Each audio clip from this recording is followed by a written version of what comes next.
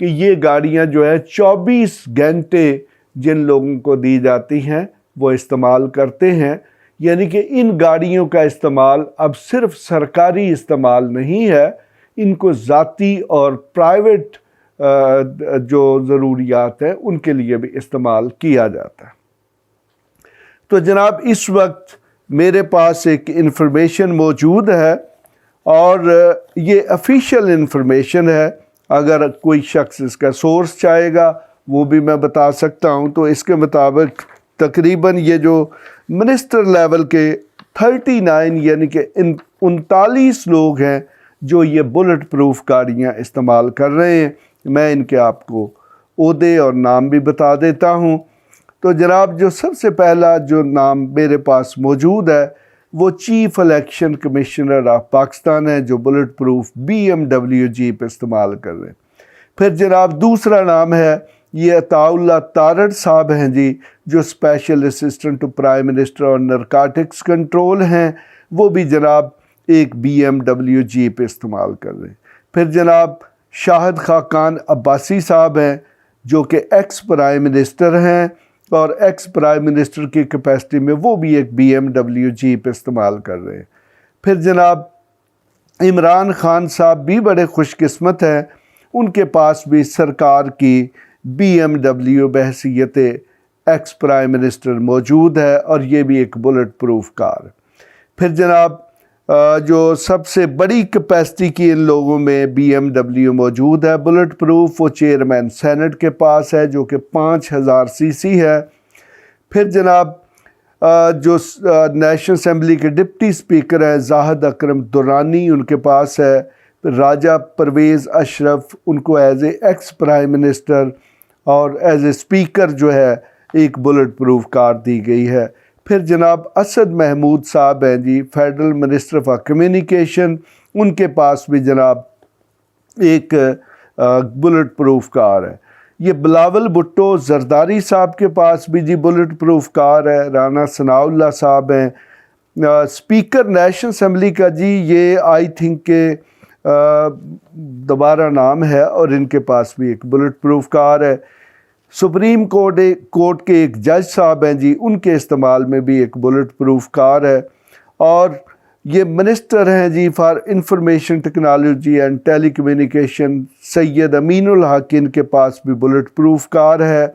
Secretary interior بڑے خوش قسمت ہیں کہ ان کے پاس بھی جناب بلٹ پروف کار ہے۔ پھر جناب یہ نور عالم خان ہے جی، یہ چیئرمین PAC ہیں، ان کے پاس بھی بلٹ پروف کار ہے۔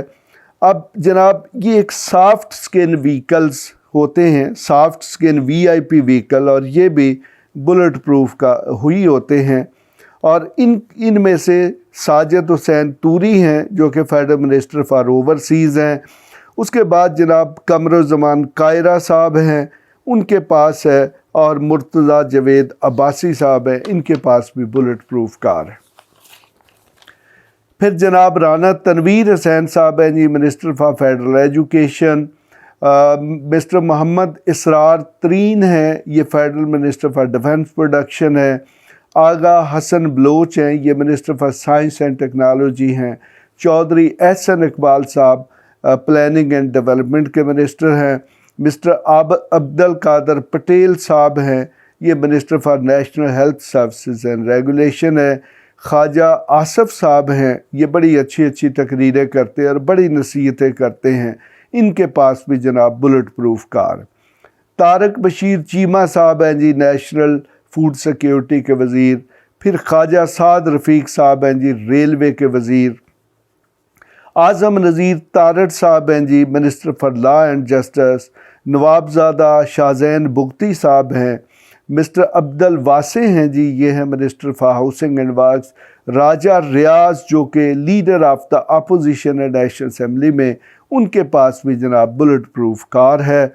اس کے بعد جناب سید یوسف رضا گیلانی ہیں، ایکس پرائم منسٹر ہیں، ان کے پاس بھی بلٹ پروف کار ہے۔ مسٹر احد خان چیمہ ہیں جو کہ adviser to prime minister on establishment ہے، ان کے پاس بھی بلٹ پروف کار ہے۔ یہ جی عرفان قادر صاحب ہیں، یہ special assistant on accountability and interior ہیں، یہ بحیثیت پروفیشن ایک وکیل ہیں اور مجھے یہ سمجھ نہیں آتی کہ ان کو کون سا خطرہ لاحق ہو گیا کہ یہ بھی بلٹ پروف کار استعمال کر رہے ہیں، اور اکثر یہ ٹیلی ویژن شوز میں بڑی خوبصورت باتیں رول آف لا اور ریاست کے امور پر کرتے ہیں۔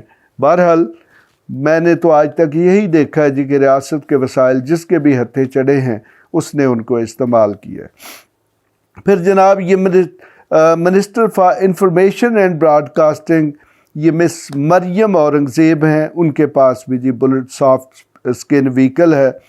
یہ جی مسٹر جان زیب خان ہیں جی ایس اے پی ایم ہیں۔ پھر Malik Noman Ahmed Langrial S A P M ہے۔ محمد اسحاق ڈار صاحب جو کہ minister for finance and revenue ہیں، ان کے پاس بھی جناب اعلیٰ ایک بلٹ پروف کار ہے۔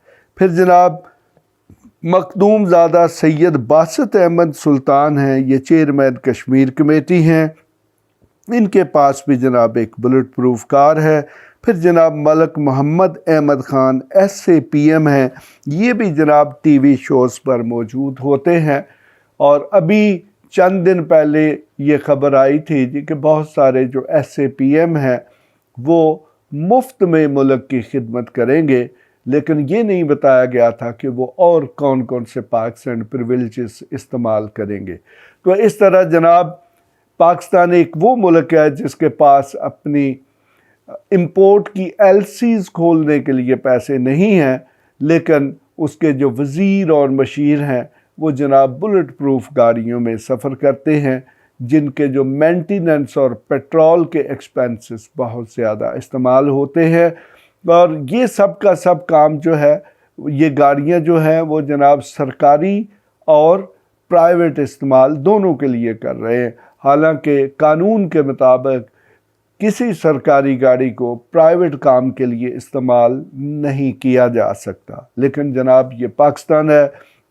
جناب یہ تو وہ گاڑیاں ہیں جو کہ ریکارڈ میں ہیں، لیکن اکثر یہ دیکھنے میں آتا ہے کہ ہمارے جتنے وزیر یا مشیر یا پھر پارلیمنٹری سیکرٹری جن بھی محکموں میں یہ تعینات ہوتے ہیں تو ان کے انڈر بہت سارے ڈپارٹمنٹ ہوتے ہیں، تو اکثر ان ڈپارٹمنٹوں سے بھی خاص طور پر یہ جو ٹویوٹا ویگو ویگن وینس ہوتی ہیں یا پھر جو بڑی بڑی نئی گاڑیاں ہوتی ہیں، یہ ان کی ڈیمانڈ ہوتی ہے جی کہ مجھے نئی گاڑی ملنی چاہیے۔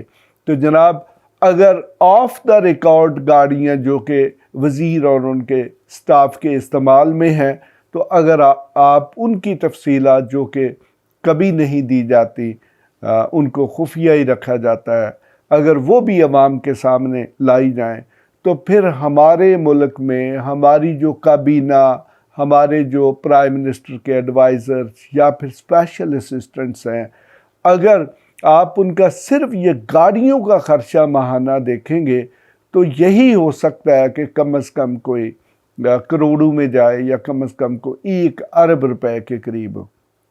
تو جناب ایک ایسی ریاست جس کے پاس اپنے قرضے ادا کرنے کے لیے جو ہے وہ پیسے نہ ہوں، اور اس میں اس قسم کی لگژری قسم کی عیاشیاں، معاشی عیاشیاں کی جا رہی ہوں، تو پھر جناب اس ملک کی جو اکانومی ہے اسے کوئی درست نہیں کر سکتا۔ لہٰذا اب دیکھیں جی کہ میں کس سے یہ کہوں جی کہ یہ ٹھیک کیا جائے، کیونکہ کیبنٹ ہی ملک کا سب سے اعلیٰ فیصلہ ساز ادارہ ہوتا ہے، تو یہ سب کے سب وہ لوگ ہیں کہ جو کیبنٹ میں ہی بیٹھے ہوتے ہیں اور یہی فیصلے کرتے ہیں۔ تو لہٰذا جناب اب تو یہ پھر کوئی ایکسٹرنل قوت ہی ہو سکتی ہے جو برسر اقتدار آئے اور وہ اس قسم کے فیصلوں کو ختم کرے، لیکن پاکستان میں ہمیشہ یہی دیکھنے میں آیا کہ جو کوئی دوسری قوت بھی آتی ہے، جیسے ہی 2-3 ماہ گزرتے ہیں تو وہ بھی پھر اسی قسم کی جو سرکاری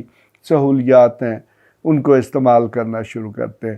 جناب اگر آپ منسٹرز کے پارکس اینڈ پریویلیجز کی تفصیل لیں تو منسٹرز کم از کم 1 درجن سے زیادہ الاؤنسز اور سہولیات جو ہیں ان کو استعمال کر رہے ہوتے ہیں، اور اس حوالے سے امریکن صدر، برطانوی پرائم منسٹر، کینیڈا کا prime minister, Australia, New Zealand, Japan یا پھر جو چین کے وزیر اعظم ہیں وہ بھی بدقسمت ہیں کہ ان کو اتنی سہولیات حاصل نہیں ہوتی جتنی کہ ہمارے پاکستانی سرکاری عہدیداروں کو حاصل ہیں۔ تو بہرحال یہ ایک لمحہ فکریہ ہے، لیکن اب اس کا فیصلہ کون کرے گا یہ میں نہیں بتا سکتا۔ میرے پاس یہ انفارمیشن تھی جو کہ میں نے آفیشیل سورسز سے حاصل کی ہیں اور آن ریکارڈ میرے پاس اویلیبل ہیں، میں نے آپ کے ساتھ شیئر کی ہیں تاکہ آپ کو یہ پتہ چلے کہ ہمیں جو ٹیلی ویژن پروگرام پر آ کر مختلف قسم کے بڑے اچھے درس دیتے ہیں، نصیحتیں کرتے ہیں، ان لوگوں کا اپنا کنڈکٹ کیا ہے۔ اس کے ساتھ ہی میں اجازت چاہوں گا۔ خدا حافظ۔